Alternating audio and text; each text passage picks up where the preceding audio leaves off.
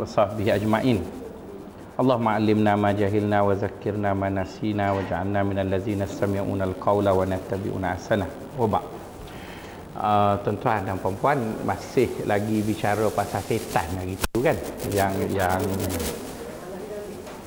tak habis lagi hari itu.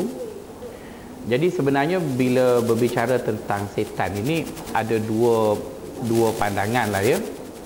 Satu pandangan yang mengatakan syaitan itu satu spesies yang berlainan daripada jin, dari manusia, dari binatang dan juga tumbuhan. Itu satu pandangan begitu. Dengan mengatakan syaitan itu satu makhluk lain selain daripada spesies-spesies yang ada tadi. Manakala pandangan kedua, dan itulah pandangan saya, iaitu saya berpandangan bahawa syaitan itu adalah kuasa jahat. Dia adalah kuasa jahat yang Allah Ta'ala buat opposite kepada satu kuasa baik yang kita panggil akal. Akal itu bukan otak ya. Otak semua ada, orang ada otak. Lembu pun ada otak. Tapi dia tak ada akal. Jadi akal itu ialah satu panduan Allah yang mendorong kita supaya kita buat baik.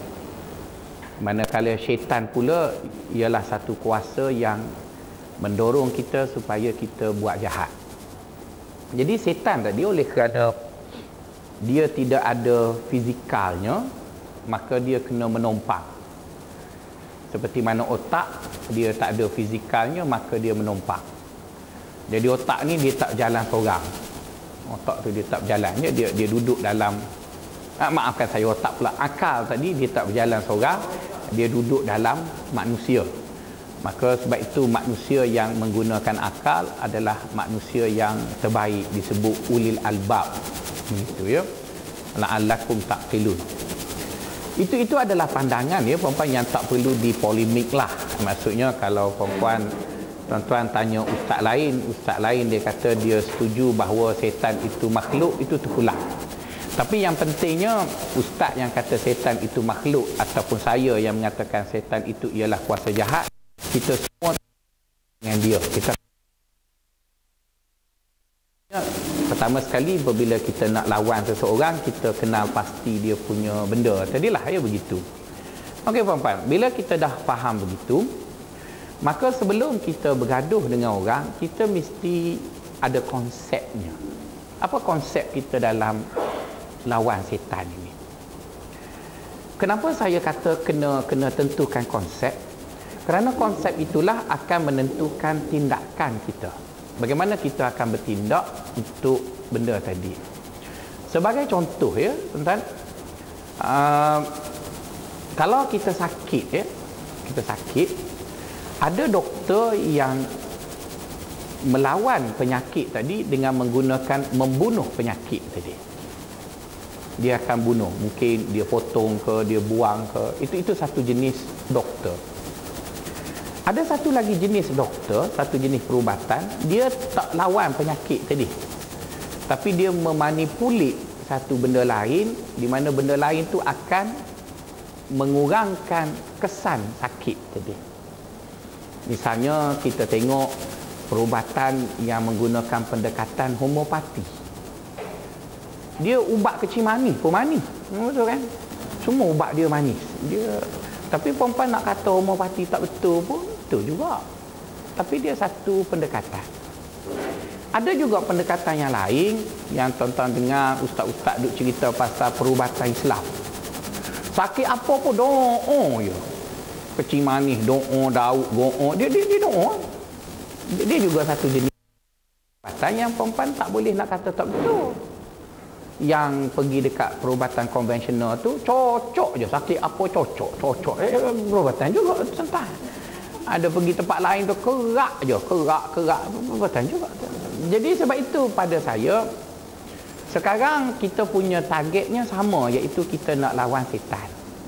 Tapi sebelum kita melawan tu, kita tentukan kita punya konsepnya dulu. Jadi setelah kita tentukan konsep, maka kita akan lawan tadi. Jadi konsepnya tuan-tuan dan puan-puan, bila nak lawan setan, kita hanya ada dua konsep.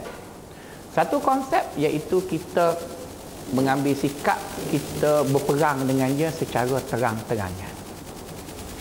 Satu lagi konsep, iaitu kita tidak berperang dengannya secara terang-terangan, cuma kita mengenali bagaimana dia tipu kita dan kita jangan biarkan dia tipu kita. Cukuplah. Dia nak buat apa, itu kerja dia. Kita buat kerja kita, dia buat kerja dia. Saya memilih cara kedua, perempuan, kerana itu lebih relax. Sebab kalau kita serang dia, nanti kita letih nak serang dia. Dia tak mati-mati. Kita akhirnya habis masa duk serang dia, kita pun tak sempat ibadat. Jadi yang baiknya, lantak engkau lah setan, kau nak masuk neraka pun memang kau mari situ dah. Yang penting engkau jangan tipu aku. Cubalah. Macam perempuan pernah duduk di luar negara lah. Saya pun duduk luar negara, cuma perempuan duduk di barat, saya duduk di timur. Masa kita duduk di luar negara tu perempuan, macam-macam kita jumpa. Kalau duduk kat barat, jumpa Mak Saleh mata biru, jumpa kereta sport buntu apa. Tapi bagi orang yang tahu tugas dia pergi ke luar negara untuk belajar, dia belajarlah, lantak pergilah, kau nak buat apa pun. Dia belajar je lah. Akhirnya lepas 4 tahun, kita balik lah. Kita duduk juga kat situ. Tapi ada orang sibuk nak suruh Mak Saleh jadi Islam, duk tokoh muka. Akhir sekali dia tak belajar. Dia sibuk, astagfirullahalazim, kenapa? Kawan-kawan balik, dia tak lulus. Jadi perempuan nak macam mana, perempuan boleh pilih ustaz. Kalau perempuan suka lawan setan, kena belajar dengan Ustaz Sarhan. Sebab Ustaz Sarhan tu dia tangkap setan je. Cari dia lah. Kan sebab dia tangkap sana. Boleh belajar dengan dia. Tapi saya tak berminat begitu. Saya berminat kita kenal setan tu siapa, apa dia buat kat kita, bagaimana dia tipu kita. Lepas kita kenal dah dia punya tu, maka bila dia mari kat kita, kita senyum je lah. Dia pun tak tipu kita. Macam perempuan pergi supermarket, perempuan tengok ada budak-budak Cina yang tipu gores dan menang tu kan. Kita tengok ada dia tipu mokcik tua, kena tipu sial mokcik tu. Tapi apa dia tak tipu kita? Dia mari kat kita, kita senyum. Dia kata tak boleh tipu dia ni. Betul kan? Jadi berarti kita ada immune. Kita ada immune yang dia mari tu. Dia kata tak boleh masuk ni. Itulah yang Allah Ta'ala sebut laisalaka alaihim sultanun. Kan? Kamu setan, macam mana pun kamu punya hebat nak tipu, tapi kamu tak mampu untuk tipu hamba aku yang beriman dan bertawakal pada aku. Jadi maksud di situ, Allah suruh kita lawan setan, tapi bukan lawan fizikal. Bukan lawan bertempur, bertumpah darah, bukan. Kita lawan dengan makna kita ada suatu immune dalam diri kita. Dengan immunity tadi, kita duduk bersama setan, kita duduk bersama manusia, tapi kita tak kisah dengan dia. Dulu mula-mula saya datang Kuala Lumpur, pergi dekat Mid Valley, dekat air setan tu, letih tengok orang pakai yang buka aurat, astagfirullah kan, letih kita taubat. Tapi nak buat macam mana orang akan pakai macam tu pula? Akhir sekali buat macam mana? Tak payah tengok. Kita pergi tu nak beli barang, lantak engkau lah. Aku beli barang, bubuh. Balik. Nak buat macam mana? Tak kita, astagfirullah, kita berbagi kain. Astagfirullah, takkan nak buat begitu. Ikut dia. Oh, tak je. Yang penting saya tak jadi dia. Betul kan? Kita tak jadi dia. Anak-anak kita tak jadi dia. Cukup lah. Kita nak paksa orang supaya begitu, benda tu tetap akan ada begitu. Dan perempuan kena tengok, orang yang jauh lebih baik dari kita pun tak mampu merubah benda tu. Ada je Musa, ada Fir'aun. Betul kan? Setan lah tu. Adanya apa panggil Hud, adanya Samud. Adanya Muhammad, adanya Abu Jahal. Dia tinggal je Abu Jahal dia tu, pergi ke Madinah, ada apa panggil bapa munafik tu pula. Ada je. Di sana sini akan ada. Jadi kita terpaksa akur bahawa hidup ini kita akan bertemu dengan setan di mana saja. Tak perlu perempuan jual rumah Bukit Damansara pergi cari hutan nenah ke mana. Kat sana pun ada juga. Tak lagi, duduk sini. Jangan jual rumah, duduk sini. Lepas tu bagaimana kita bincanglah macam mana kita nak settle hal ini. Misalnya kan perempuan dengar ada sepotong ayat Quran, Allah Ta'ala sebut likulli insanin qayyadna lahu syaitanan fahuwalahu qarin. Setiap individu manusia itu kami telah letak seekor setan, yang mana setan itu akan sentiasa duduk dengan kita. Paling kurang ada seekor setan kan ikut dengan kita. Saya panggil dia setan logistik. Kan dia ikut dalam kita. Dia. Jadi kita mengorak dengan siapa, kita putus cinta dengan siapa, mengorak bawah pokok mempelam mana, dia tahu belaka. Sebab mula je kita lahir, dia pun duduk dengan kita. Jadi bila sahabat tu dengar macam tu, sahabat pun tanya Nabi, dia kata, ya Rasulullah, kalau kami semua ada setan, okeylah, sebab kami orang biasa. Kamu ada juga ke? Maka kata Nabi, ya aku pun ada juga, sebab aku juga manusia. Cuma Allah telah membantu aku telah mengislamkan setan aku. Kan? Maksudnya itu kerja Nabi lah. Tuan-tuan tak payahlah. Minat jugalah nak mendakwah pada tak payah. Lantak dia lah, perempuan. Tak payah duk rajin benda orang tak suruh. Kan? Sebab Nabi tak suruh pun para sahabat itu, mari kita nak ajar macam mana nak Islam. Lebih baik kita Islamkan manusia. Kan ada hadis Nabi kan, la an yahdiyallahu bika rajulan khairul laka min humarin ni'am. Mana-mana manusia yang dapat hidayah dengan sebab kita lebih baik daripada unta merah. Kalau nak Islamkan orang, manusia. Yang setan tu tak payahlah kita duk bersimpati, kesian dia ustaz, dia masuk neraka. Lantak dia lah. Tapi nak sebutnya setan itu ada dengan kita. Jadi oleh kerana setan tadi ada dengan kita dan kita tahu konsep kita nak lawan setan ialah kita jangan ikut setan. Itu saja. Okey puan-puan. Mungkin puan-puan akan bertanya, kenapa Allah Ta'ala ni dia buat kita dekat dunia ni kena ada setan? Tak boleh ke dia buat tak ada setan ke? Sedangkan dalam versi lain ada je makhluk yang tak ada setan. Dalam versi lain, bagi saya lukis fakta ni. Fakta ni begini ya. Buat peta. Jom.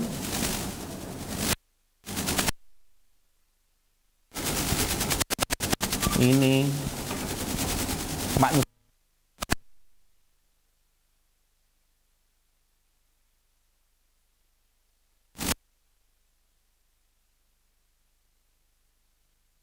Akan dapat balik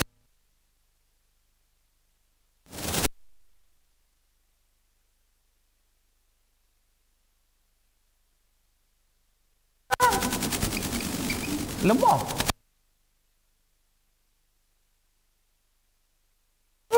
Bapa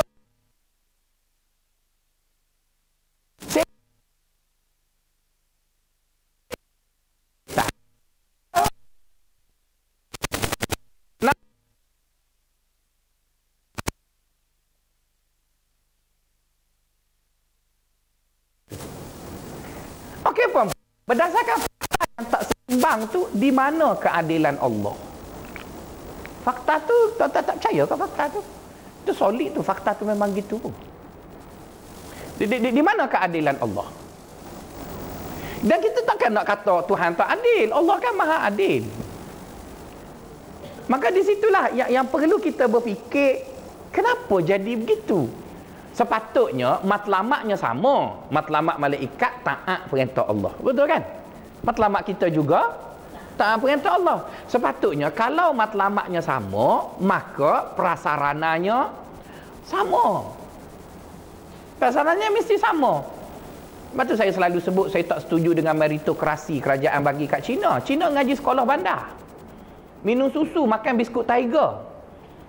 Orang kampung minum kopi O, makan pulut ubi kayu. Bila nak menang? Tapi kalau orang Melayu duduk di sekolah bandar, sama-sama duduk di Universiti Melaya, Cina duduk di Melaya, Melayu duduk di Melaya, anugerah diraja Melayu yang boleh. Kita bukan bodoh sangat pun. Cuma mungkin tak adil. Jadi sama juga. Sekarang Allah buat malaikat kuat, dia buat kita lemah. Macam mana puan-puan nak fikir? Kalaulah saya ni padri Kristian, saya mempertikaikan agama tuan-tuan. Tuan-tuan jawab macam mana? Mujuk saya ustaz. Kalau saya padri, dia kata kamu sembah Tuhan kamu yang tak adil? Kamu tuan-tuan nak jawab kan? Mesti ada jawapan kan? Mesti ada jawapan. Tapi faktanya begitu. Maka bila ditanya para ulama, ulama kata ada jawapan. Malaikat dia dibuat kuat sebab dia urus dia. Dia kan urus dia. Dia kena jaga garisan. Dia urus dia kena kuat. Urus dia masuk hospital macam mana? Urus dia kena kuat lah.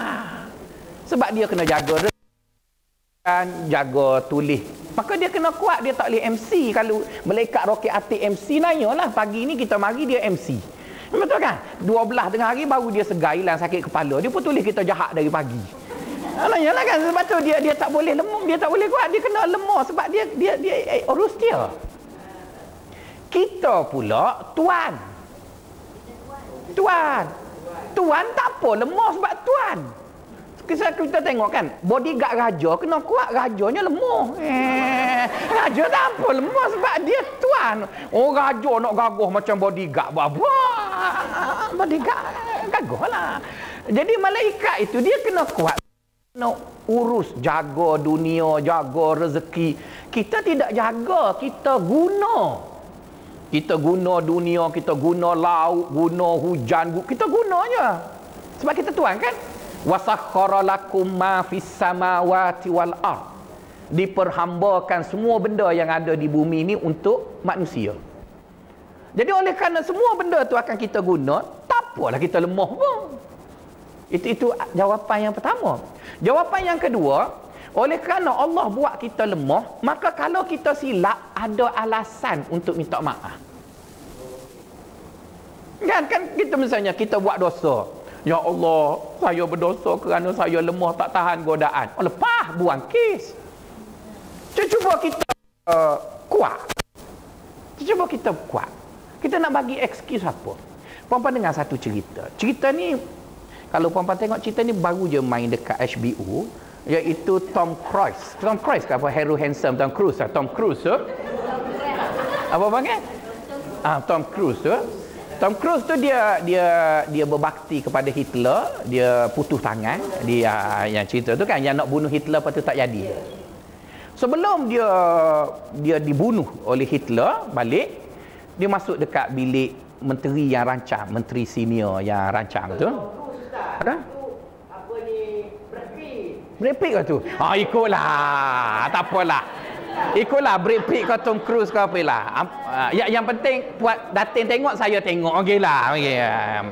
Tapi yang masalahnya saya nak tanya soalan ni boleh jawab ke tak? Nanti tengok saja-saja tak ada faedah juga. Sebelum dia orang tu nak kena tangkap balik, dia masuk dalam satu bilik. Duduk dalam bilik. Maka menteri senior tu bercerita. Dia kata dekat kampung saya dulu, ada satu keluarga, ayah dia kaki mabuk, kaki botol, anak dia ni jahat. Anak-anak tu jahat lah, suka mencuri, suka buat jahat baru. Ayah dia tahu anak dia jahat. Jadi oleh kerana ayah dia tahu anak dia jahat, maka ayah dia pukul lah anak dia. Tapi dengan sebab latar belakang ayah dia tu pemabuk, maka orang kata ayah dia yang jahat. Pukul anak. Sedangkan anak tu jahat.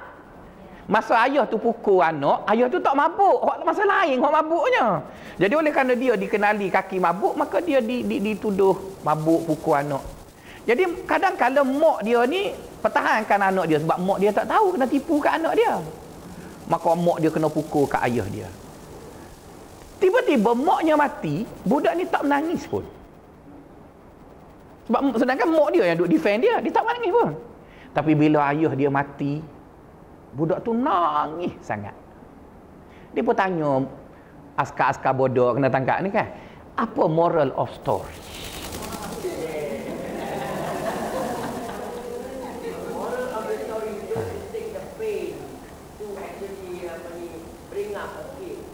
Okey, betul. Tapi moral of story yang nak sebut kat sana, anak dia menangis sebab ayah dia mati. Sebab bila ayah dia mati, sudah tidak ada kambing hitam untuk sorok jahat dia. Kan? Anak tu sebenarnya jahat. Dengan sebab ayah dia ada level mabuk, jadi ayah dia orang cover dia. Sedangkan dia jahat. Dia ada orang lain tolong cover. Macam kita tengok parti politik lah. Orang UMNO perlu pada PAS perlu pada UMNO. Sebab bila orang PAS tak boleh nak buat apa, dia kata UMNO yang buat. Padahal UMNO tak buat apa pun. Dia boleh blame orang lain, betul kan? Selangor pun gitu juga. Bila Selangor tak boleh nak buat apa, dia kata ni UMNO salah. Siapa aku UMNO tak buat apa pun. Dia boleh. Begitu juga bila UMNO pula, ni PKR yang buatnya, orang tak buat apa pun. Itulah politik. Dia kena ada orang lain untuk dikambing hitamkan. Dikambing hitam.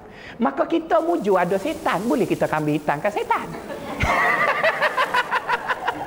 Ya betul, muju ada setan. Kan? Bila kita buat dosa, astagfirullah ya Allah, setan lah godoh aku. Setan kata, aku do'mu, kita kambing. Sini baru dengar bagusnya ada setan, betul kan? Muju setan tu tak boleh bercakap. Kalau dia kata, aku tak buat. Ya Allah Ta'ala tu. Jadi sebab itu, puan-puan, Allah tu dia tidak zalim tau.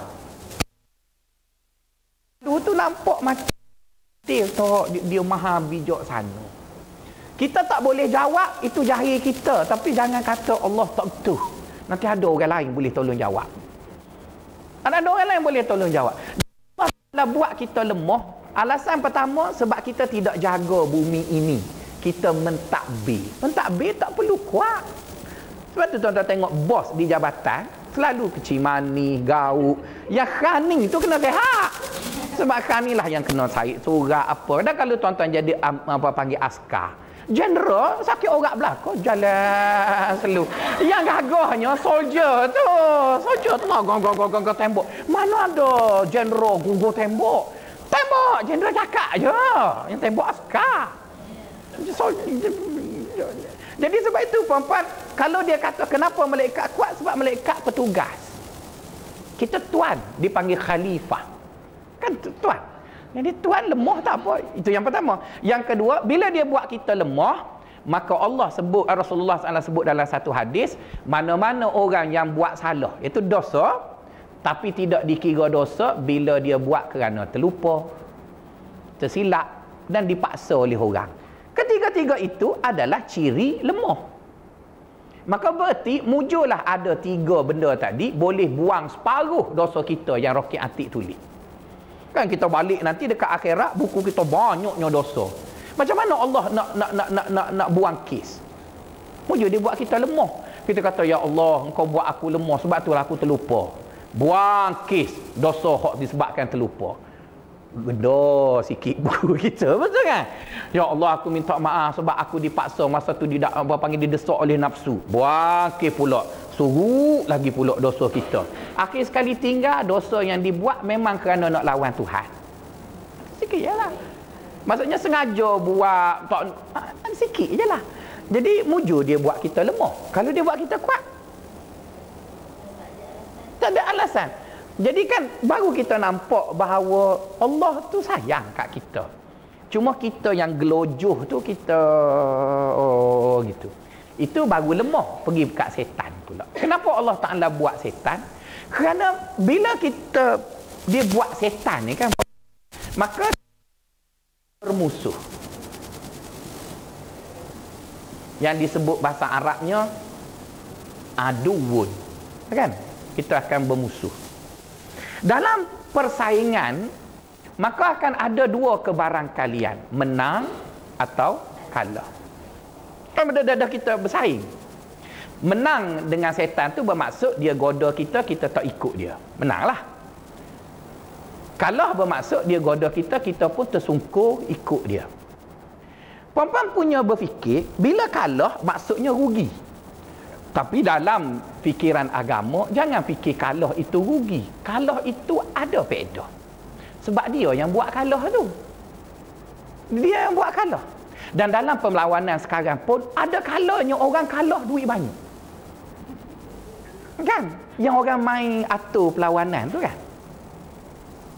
Yang menang, separuh mati, junjung. Akhirnya, bolehlah sebidang tanah di Ulu Terengganu.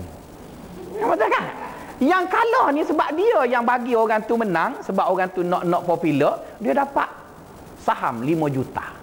Mungkin begitu.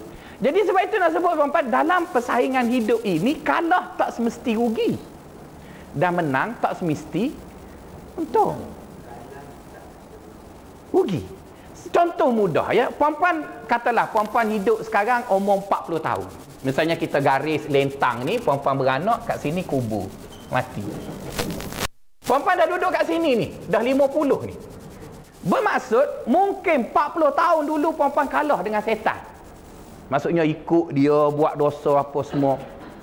Okeylah, perempuan kalah. Sekarang perempuan jadi baik. Perempuan mari masjid nak jadi orang baik. Berarti perempuan tengok ke belakang tu, perempuan pun kalah dengan setan. Lamanya kalah. Mari kita berfikir. Bila sebab perempuan kalah dengan setan selama 50 tahun, apa perempuan dapat? Pertama, dia panggil menyesal. Betul tak? Menyesal tidak negatif. Menyesal adalah positif. Masalah. Apa masalah dengan kalah dengan setan tu? Dah dapat menyesal. Apa yang perempuan dapat sekarang ialah takut dengan neraka. Positif. Apa negatifnya? Apa yang perempuan dapat sekarang? Perempuan rasa nak ganti apa yang tak sempat buat dulu. Apa ruginya? Tak ada apa rugi pun. Perempuan tak rugi pun. Yang perempuan buat dosa, tuan-tuan dan perempuan masa muda dulu nakal sikit sebanyak, sekarang menyesal. Dan saya pun tak rugi sebab saya baik. Sebab bila perempuan bersalah, perempuan cari orang baik. Saya jadi tok gurunya. Okeylah perempuan. Apa masalahnya? Kita tak ada masalah pun. Kita tak ada masalah. Cuma perempuan ni baik daripada dulu. Mana ada kelas Sabtu ni? Saya tak boleh ngajar lah. Mujur perempuan nakal masa muda. Tua ni nak jadi baik. Jadi nak jadi baik kena ada ustaz yang guide. Marilah saya. Betul kan? Jadi berarti kita tak rugi pun kita kalah dengan setan. Kita tak rugi. Setan tu cuma janganlah kalah sampai tak sempat sedar. Oh tu nayo. Kalah tak menang-menang macam apa panggil bola sepak Malaysia tu kan. Oh tu janganlah sampai begitu. Dia kalah menang tu okey. Jangan kalah sampai masuk neraka. Itu tak. Jadi nak sebutnya setan tu perempuan Allah buat bukan nak suruh menerakakan kita, bukan. Dia buat tadi supaya dia tipu kita pun tergelincir, kita bersalah, lepas tu bila sampai satu masa kita sedar, kita pun rasa nak baiki diri. Baguslah. Menyesal, takut, rasa bersalah. Semua itu kan sifat-sifat yang positif yang akan mendorong kita untuk terus jadi baik. Dan puan-puan kena ingat, dalam agama kita, dia ukur akhir, dia tak ukur awal.